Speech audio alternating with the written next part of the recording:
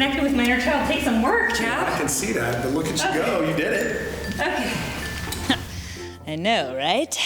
I still got the skills to pay the bills. Actually, no, I'm really terrible at that. But today, we're talking about what the inner child actually is, how we access it, Chab, and why we should give a shit about it.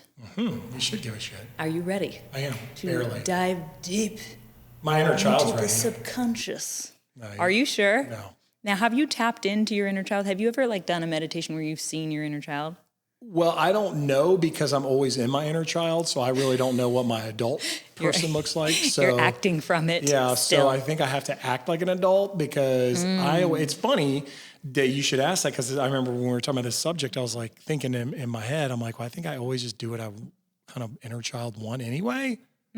So it's like I'm just kind of that might be like what happens when you finally integrate the inner child, or at least get it on board to a degree where it's conscious, and then you start being able to actually act from it from a healthy place. Yeah, because if you don't, I mean, I feel like you don't, like, guys have the midlife crisis, right? Yeah. It's like, I guess what that is, oh, I should have, and this is about this subject, but it's like, I should have. I'm afraid, hold on, I'm afraid we're going to go down too deep of a rabbit let's hole not before do that getting then. the groundwork. Let's get the groundwork and done. then let's come back to the midlife crisis. I think that's a critical piece of this, yeah. but I think it's too deep off the bat. So Yes. let's bring it back to the idea of what an inner child is, just to go through the basics of you hear it in this woo-woo world, right? And you hear it talked about with therapists and psychologists and this, but you're not really sure what in the hell are they, you're thinking people are clinging to this idea that there's this child that, part of their personality that they have to go in and do something with. Yeah. And why are we still clinging to that idea? Because it actually works. It actually is a really good modality for getting yourself into integrity, getting yourself to become the person you were meant to be and step fully into your potential. So that's kind of the thing, with our show, we are always coming back to. But the way I want to kind of traverse into that is through playtime, because my first therapy appointment ever, right? I sat down with the therapist and she started getting to know me, and I was, it's very intimidating your first time going to therapy, of course, because you don't know what to expect. Like, how deeply can this person see into my soul? And you start, you start noticing yourself maybe for the first time ever, especially when in talk therapy, you start noticing how you're being received by a person who's a professional at analyzing who people, or what people are hiding, what they need to get out on the table so that they can feel better. And one of the very first things she asked me was, what do you do for playtime? And I was lost. I was like, playtime? What do you mean? I work, and then I work, and I work. And I was in therapy because I had been in a panic attack for months at a time. I mean, literally, it just didn't go away. I was going through depression, anxiety, and this panic attack disorder thing. And I never, I didn't end up ever taking any medication for it. And I was trying to find ways of figuring out what was going on. I knew enough, and I had people around me who knew enough about psychology to know that you can go do things like talk therapy and so many other modalities now that can help you to understand why you're suffering in these ways. And so that's where I was sitting there. She asked me about playtime. I had absolutely no answer. And she said, your first homework assignment, which is funny because it's homework and we're talking about playtime. Your first homework assignment, because you're probably really good at it, since you don't know any playtime, you must be doing homework constantly, is to write a list of what you might consider playtime in your day-to-day life. And so I went home and I started writing my list, and it was things like, it really took time for me to, first of all, come up with what those were, but it was reading a book, going and playing Frisbee in the park, or going on a hike, going on a walk, dancing around, and singing, and in my bedroom, in my underwear, or whatever, things where we don't really take the time to do that unless we make conscious time to do it, because there will always be more work to do, and we're always glorifying busyness. So I want to enter this realm of inner child understanding through playtime. So if you're listening and chat, maybe you have some insights on if you ever had a time in your life where you're just maybe workaholic, or you had to take life so seriously and you get really rigid, or even feel a depression, and you have to remember that part of you, that child part of you that lives with you and alongside of you your whole life, and bring it online in those healthy, conscious, and on purpose ways. Yeah, I mean, I think that my work that in just normal employment or whatever, now it's my, it's a company that I've created or that's mine or whatever. But the thing is that you gotta, for me, it's a little bit easier now that I'm older, because if work wasn't fun overall, I wouldn't do it. I mean, it's not always fun, but if work wasn't fun overall, I wouldn't do it. I would try to pick something else, because I want to like what I'm doing. Yeah. And then I work harder at it and things like that. But a lot of people are hearing that right now and going like, well, you just have the privilege to be able to do that. Some of us No, they might, but I didn't my whole life. Right. I mean, I certainly didn't. And I'm older now. And so you're at a place where you have a little more ability to do that because of the groundwork you put down. Yeah, because I didn't know it. Look, I had plenty of jobs that were awful jobs, right? Plenty of jobs. They were bosses or whatever reason I didn't like them. They were bad jobs to me. But I think that, certainly in the legal world that I worked there was a lot of stress, a lot of hours you had to commit to it. But I always, I'm maybe not the best, because I saw it earlier on that I needed a break, because I was always looking for the break. I'm not one of those people that are like, I got to work. I just like working. I want to go work in the field because it's backbreaking work is good for you. It's like, okay, whatever, dude. Like, I never subscribed to that anyway. So for me, it's like my natural tendency is to goof off. But what I think of, but then building a land development or doing an asset, building an asset or building a project, if it's fun, then you don't think of it as work, right? Yeah, so for me, it's a hard one. I think you're touching on something that's really important, though, is your goofing off is it happens and it's allowed and it works for you. It actually works for you. In other words, it helps you make money in the land development and all the other things that you do that, help you with finance. Whatever, because your adult self, who has integrated his inner child to a large degree, has integrated the needs of the inner child, has taken the inner child seriously and been like, okay, we need to make a structured container and time for this goofing off self to come around and play regularly. You know? And exactly. So like for me, I mean, I have so much stuff that I like doing that there's never been, and I'm always sympathetic for these older guys that are like, when they retire, I don't know what to do. And then they die within a few years of retiring because their work was everything.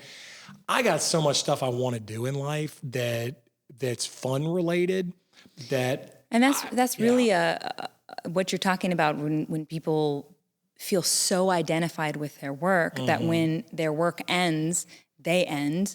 It's a real crisis of identity. And you were talking about, as we started the show, this idea of midlife crisis, where you start realizing, wait, life is not forever. Like this thing, tomorrow is not promised. And I am not doing the shit that I really want to do. I'm not letting my inner child sing and play and dance and ride motorcycles or whatever, whatever it wants to do. And the only way you get to do that is by getting serious about understanding that the needs of the inner child, so that you can, as the adult, finally step into that place of the person, the caregiver. As the adult, you are the caregiver to your inner child. And as the caregiver, you can create space for that inner child to let loose, be goofy, and go wild for, a day, a weekend, a month-long trip, or whatever the structure is you create for it. Yeah, and maybe it was because I was luckier in the environment I grew up in. And it was, like I said, it was a strong mother, and it was my sister. And then when I went to see my dad, it was my dad, my two stepsisters, and my stepmom. So I was always around women.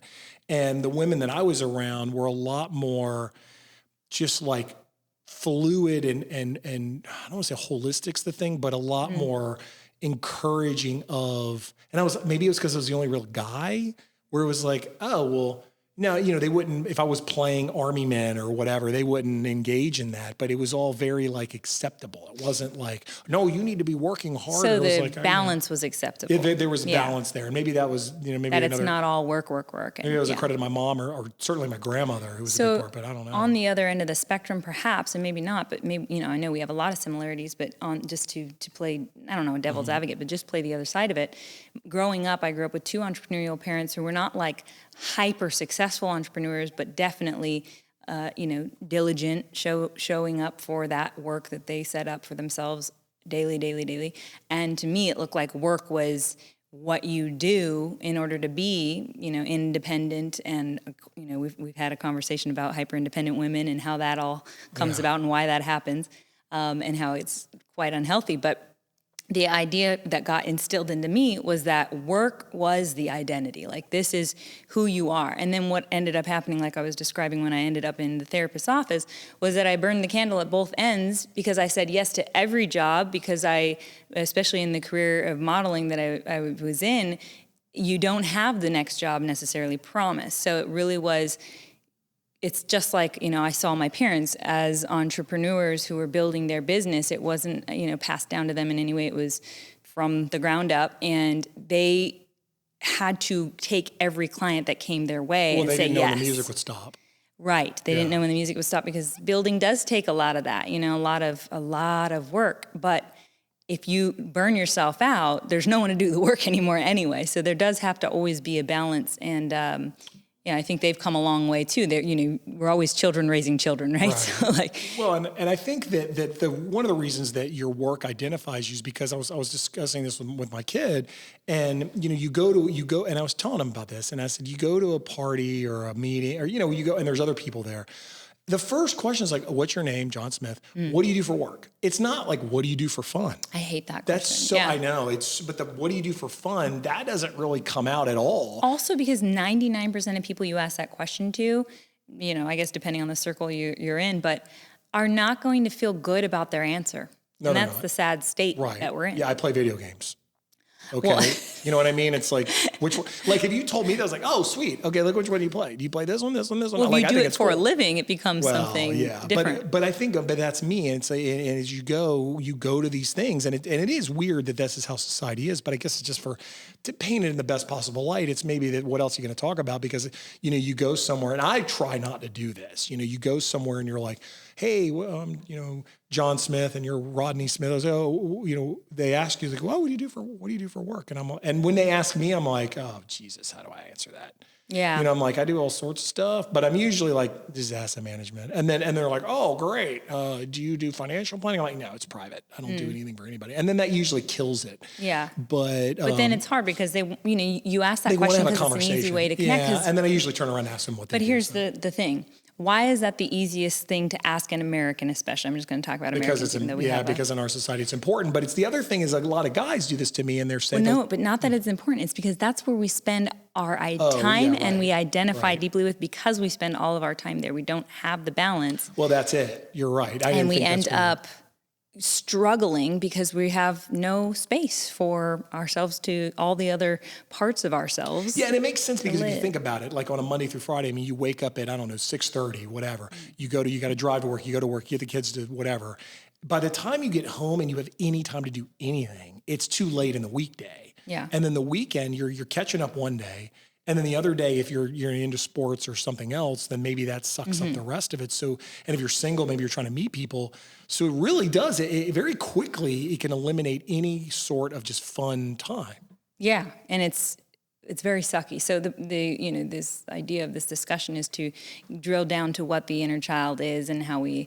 Well, and I'm curious how you dealt with that. Right, because I think that's the thing. Because if you're having to hustle from one job to another because you don't know when the music's going to stop, and somebody tells you, no, now you got to pause and take time out of your livelihood to have fun. Well, no, just to stop being depressed, anxious, and having panic attacks. But that's got to be a big thing. It's a big awakening. God, yeah, I couldn't. For me, it was a full-blown existential crisis. And what I would call it is a, what do we call it? A dark night of the soul, essentially, because, and what that means in easy terms is is realizing that you're identified with something that no longer serves you, and then going through the grieving process, which is painful, sometimes long, of letting go of that identity and replacing it with one that serves you better.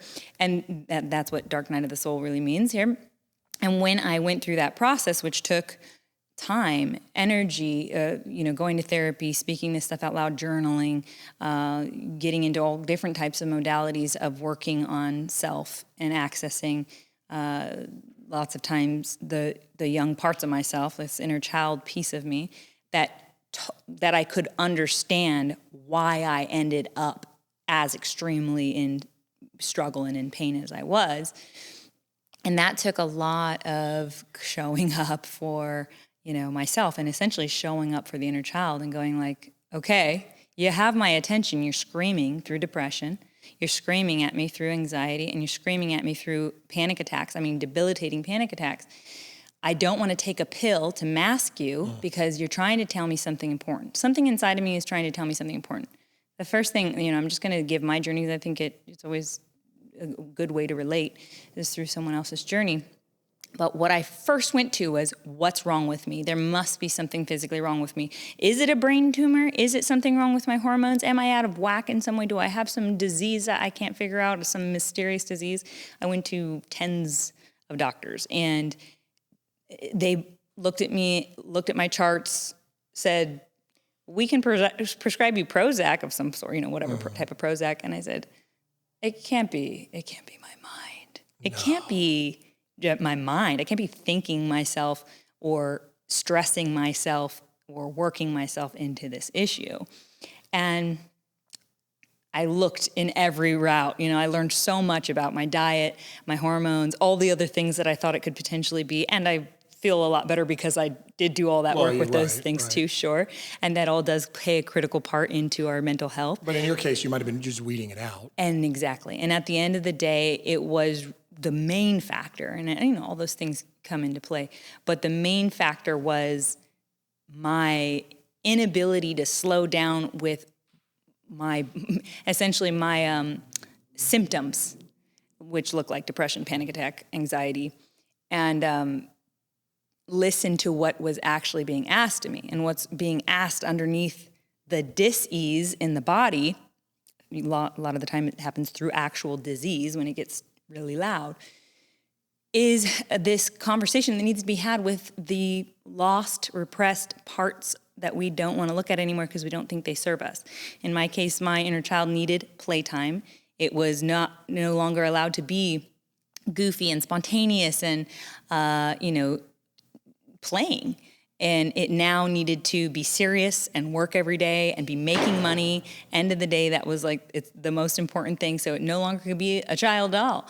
So when I brought that all to the surface and I started integrating, started putting those playtime things intentionally into my life, it was miraculous in the ways that I was able to feel balanced, to and it didn't happen overnight, and it wasn't just one thing, but it was just focusing on what is that part of me, that inner psychological part of me, looking to what need is it needing to have met? Does it need to be prioritized? Yes, of course, that's the main issue. Does it need my validation and affection? Am I trying to get my validation or affection outside of myself, externally, too much? Because some of that is good, but if I'm looking to get validated constantly externally, my inner child's in here starving. It's looking for me to say, we are going to be okay. I got your back, basically. And I know maybe to some people listening, it sounds a little bit weird to separate yourself into this part that's a pseudo child or even a teen, depending on where they're at in their emotional trauma, and this other part of you that's an adult. But I think it's really helpful when you start doing this work to understand there's different parts of you that make up who you are. And when we don't pay attention to them long enough, we see other catastrophic symptoms come up that look like even further distancing or separating of the parts. Well, yeah, and I mean, nutrition, obviously, you have a well-balanced diet. So, I mean, Sure. mentally, you have a well-balanced, a relationship, a well-balanced job versus fun. I mean, I think for guys, at least for the guys that I know, well, I have a couple of guys that work too hard, but it's a little more natural to want to go play or goof off. And it could be maybe because, Hold on though, is it escape or is it? I don't know. I mean, in my case, I do a lot of it with my spouse. So for me, it's like, do you want to go take the bikes out for an hour? Or, I really want to go here. I really want to go to this place. And for us, a lot of it is we just go try different places for dinner. Yeah. And it's fun. And it's. I do want to discern though between the two when we're talking about going and doing something that's for fun and playtime and it's intentional in that way. Mm-hmm. There's a big difference between making an intentional time where you're going to like have beautiful expression, right? Where your conscious adult self is choosing this because it feels good and it's going to be revitalizing and refreshing. And where you're, what I said, escaping, but that can be misconstrued as also playtime. So let's call it avoidance. So when you're actually just avoiding the things you need to show up for and the feelings that are coming up, which is really just your inner child, like trying to show you like what it needs. And then we get into a really scary zone because if we get on the tendency of avoiding, like, let's just say when someone goes and watches or plays video games on a daily basis or smokes weed on a daily basis, this is a good one. It's going to probably piss off a lot of people, but the truth is that when you go do something in that type of habitual, addictive manner, you're no longer doing it because it's a fun, intentional, playtime. You're doing it because you are trying to avoid something you need to feel that your inner child is essentially trying to communicate. And if you attack that feeling and get to it and work through it, then these other things might come a little more naturally, or those things that you would have done as an escape aren't needed as much anymore. Well, and that's why we should care about this part of ourselves, the repressed part. The inner child usually looks like very shadowy because what we stuff into this, you call it the little self, we stuff into this person, this other person that lives inside of us, we'll say, is all the things that we thought were not allowed to live in us and all the things that we thought we severed and we're just compartmentalized and we're just not going to look at that anymore because somewhere along the line, usually from our caregivers growing up, we received the message that those parts of ourselves are not allowed to exist because, when you need too much, then we don't want to be around you. So you better just stuff down your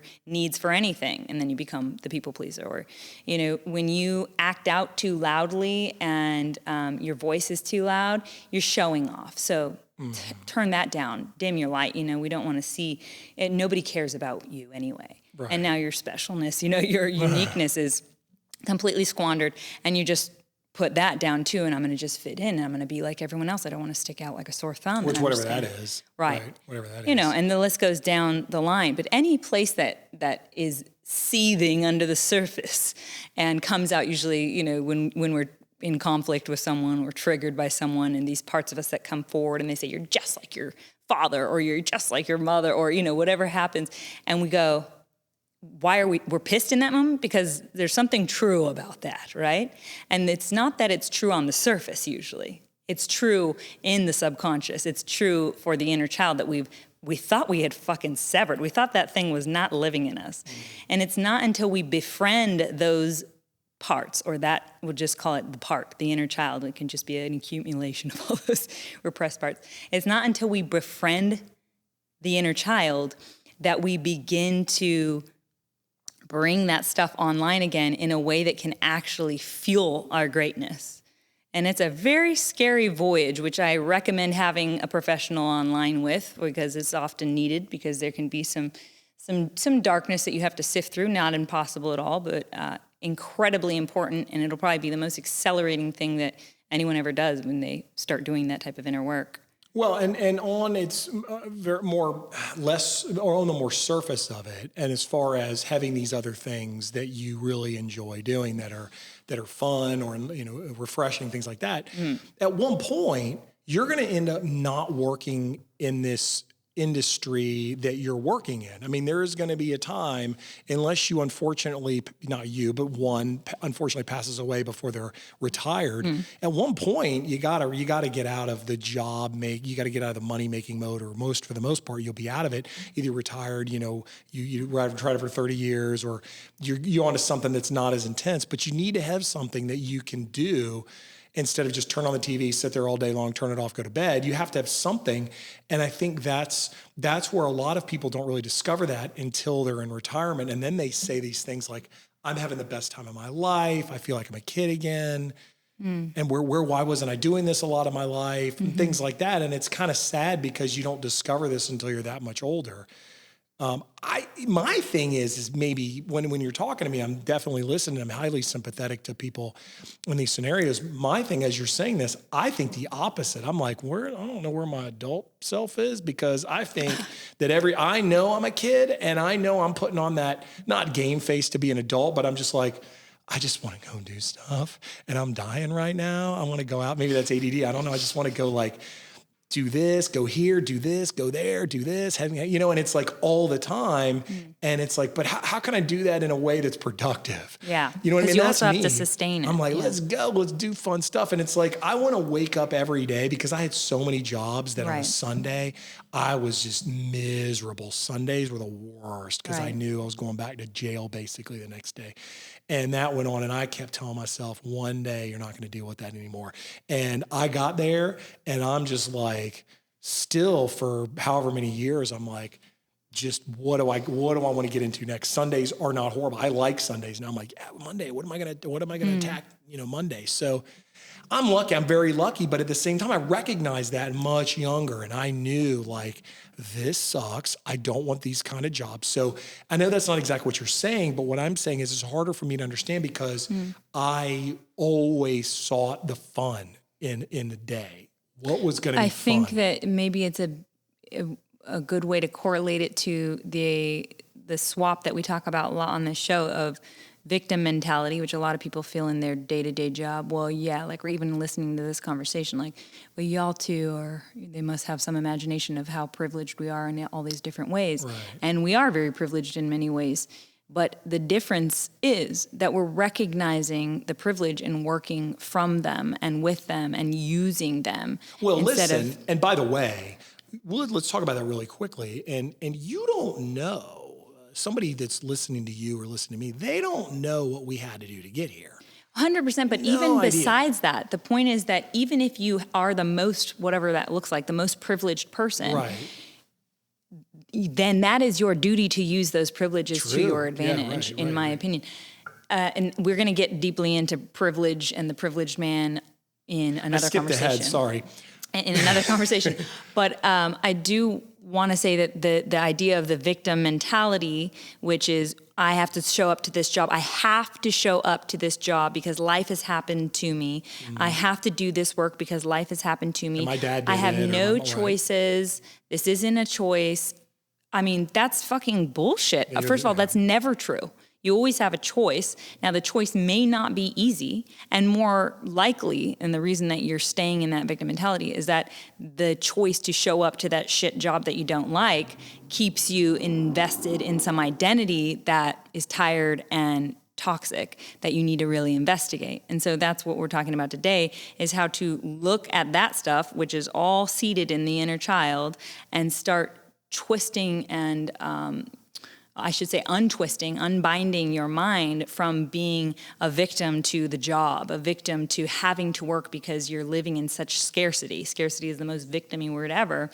And start reframing the thinking around it, where it's about, I get to show up to this job because I got hired. What a great thing to be grateful for. So when I show up all the freaking way. And when I show up all the freaking way, I get promoted, I get bonuses, I get, time off, and people around me like me, and they start gravitating towards me, and they want to give me other work and jobs, and then I find my way to wherever I want to go, where, you're climbing the ladder that you're creating for yourself out of the whatever you think is the shitty job or the thing that you don't want to be doing, rather than just sitting and festering further and further into it, pretending like you have absolutely no control over it. This is the person who is not recognizing the screaming inner child and just getting sicker and sicker mentally, physically. Dis-ease is setting into the body and will continue to until they realize this. Yeah, well, and you know, obviously, like you said, we'll get into the victim mentality and some other, because I really want to talk about that. But you know, what you're saying is like it's a cultural thing. You know, you look to these exterior factors, and you know, like your parents or other people around you, jobs, whatever. But you know, the thing. Well, we'll talk about it because I'm so dying to talk about the victim mentality, but I don't want to go down that road right now because we'll say that for another time. But from a going to do things for you, and this has been a reoccurring theme of what we talk about, is you have to know yourself. You have to do things for you. You have to understand that you do have the choice to do things. And if you're going to be the good, you know, the begrudging employee, the victim employee in your job, and you're going to mope around, and you know, and that's somehow your burden to bear, you know.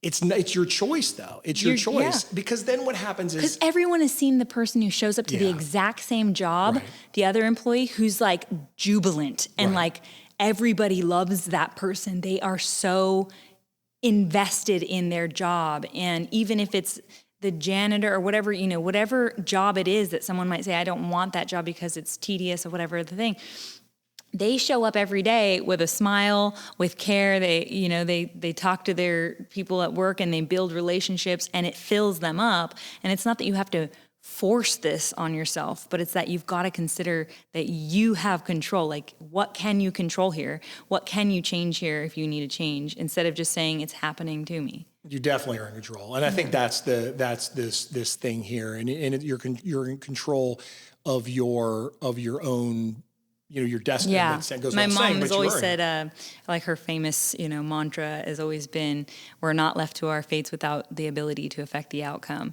And it's like, the reality is that whatever your life looks like, whatever toxic ass situation you're in, there is choices that you are making, whether patterned in from a long time of emotional trauma that you have not healed, or wherever they are stemming from, that if you look at and you assess, you will be able to change your choice, and that will create a way out of the situation, or a way to change the situation. Excuse me. Yeah, I mean, but again, like the thing is, you're in control. I mean, do the work. You're in control. And now, I want to be clear: there are real victims in the world, of course. Like, there are people that are in situations that are too many factors deep out of their control, where they might not be able to access all the help on their own. And in those situations, you need to reach out for help. Oh, right, of course. Yeah. And that's been we've also been talking about that as well throughout the, you know, in theory. I mean, we've been saying that.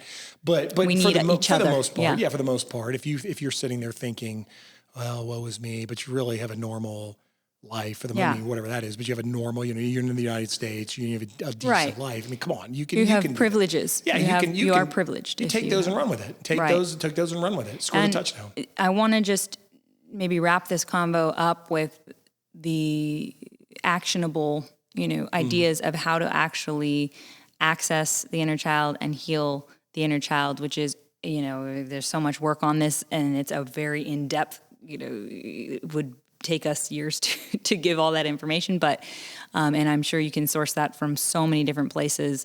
Maybe we'll put a book list in the show notes for this one. But the first idea and the first way to start accessing it that we can give you, I think, from our platform, is to really focus on the slowing down.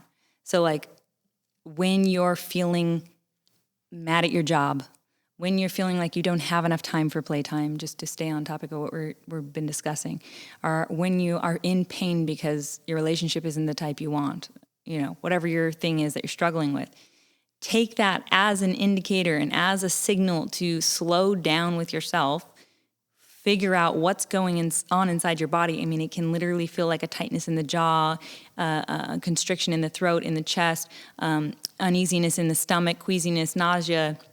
It can feel pain, and it can be pain in the shoulder. It can be a reoccurring pain in a joint. I mean, it can be anything that's an indicator for you to slow down and basically ask your inner self, we'll just say, but we're talking really to this inner part of us that we haven't spent enough time with the inner child, and you slow down enough to ask it what it needs. And it will, the answers will float to the surface. It doesn't take a lot of, you don't have to be a guru who's sitting in crisscross applesauce and meditating all day long to get this to come through. The information that your subconscious wants you to know, the information that your inner child wants you to know floats to the surface as soon as you slow down with it and make that dedicated commitment that you're going to actually listen and give a shit about it finally. Yeah, and there it is. Yeah. Yeah, and there it is. And that's really the entry point to starting that process and that healing. And it does create this, you're going to create I'm going to call it like a synergy with your inner child. You're basically teaming up, and this is the most important relationship you'll ever, hone and improve on and all that, because it's where the majority of your healing gets to happen, so that you don't keep creating the same patterns. And so that, by the way, if you have children and you're listening to this, so that you don't pass those on and create that generational trauma that they're going to have to sift through. Which, if you have any of these patterns, I bet you when you start doing inner child work and ask your inner child what's going on, it's going to tell you it's this thing, and you're going to say, why did we start out? Why did we end up with this thing where we let people transgress us all the time? And it's going to say, well, when we were little, and of course you probably need a therapist to get all the way down to this, but when we were little, we didn't get our needs considered very well. And so we just decided that we're going to become, a people pleaser. We're going to become someone who does for everyone else, but doesn't consider ourselves. And anyway, that's just an example, but you'll start working through these things, and it will be absolutely miraculous what comes about as a result. So that's this is one of our deeper episodes. Yeah, Jeff. a little bit. So hopefully, even if you don't understand all of it, or if it doesn't gel with you here, you can just keep yourself open to the energetics of what's being talked about, and letting that seed be planted in you is important in itself. That's right. All right, guys. So that was a lot for today. Love you so much for showing up. Please don't forget to subscribe. And if you're on the podcast app, please rate, review us. Leave us a beautiful comment, if you will. And, of course, you can comment on all the social media feeds when we get back to everyone we possibly can.